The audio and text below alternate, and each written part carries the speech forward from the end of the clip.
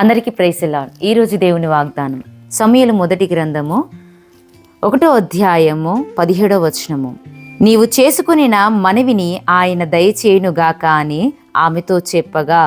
ప్రియ దేవుని బిడ్డ, ఈ లేఖన భాగాన్ని చూసినట్లయితే ఏలి ప్రవక్త హన్నతో మాట్లాడుతున్నట్టుగా మనము ఈ లేఖనంలో చూడగలుగుతున్నాం. అన్న అయితే గొడ్రాలుగా ఉంటుంది.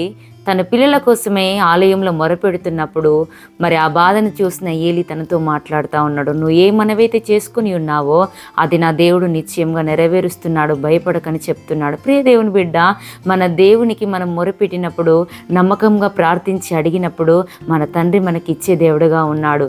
మరి అన్న మొరను విని మరి సమూయేలుని ఇచ్చినట్టుగా ఈ దినమున నీ అవసరత ఈ దేని నిమిత్తమైతే మొరపెడుతున్నావో మన తండ్రి నిశ్చయంగా ఇవ్వబోతున్నాడు. అడుగుము నేను నీకు ఇస్తా అన్నాడు. నువ్వు నాకు మొరపెట్టుము ఉత్తరం ఇస్తా అన్న దేవునికి మనం మొరపెడదాం. అనేక మేలుకరమైన కార్యములు మన జీవితంలో మనమందరం పొందుకుందాం. ఎట్టి వాగ్దానం మనందరి పట్ల దేవుడు నెరవేర్చునుగాక. ప్రార్థన. మమ్మల్ని మిక్కిలిగా ప్రేమిస్తున్న నా ప్రియ పరలోక ప్రార్థన నీకు వందనాలయ్యా. మీరు ఇచ్చిన చక్కటి వాగ్దాన వాక్కులకే వందనాలు. మా మొరకు చెవియొగ్గి నాయన మాకు ఉత్తరం ఇచ్చే తండ్రిగా మీరున్న విధానంకే వందనాలు. ఎంతమంది బిడ్డలైతే ఈ దినం నాయన బర్త్డేలు, మ్యారేజ్ డేలు నాయన తండ్రి మంచి పనులను పూనుకొని ఉంటున్నారు, వారందరికీ నీ సహాయము సన్నిధి తోడుగుంచుమని నజరుడని యేసుక్రీస్తు నామములో వేడుకుంటున్నాం తండ్రి. ఆమేన్. Praise the lord.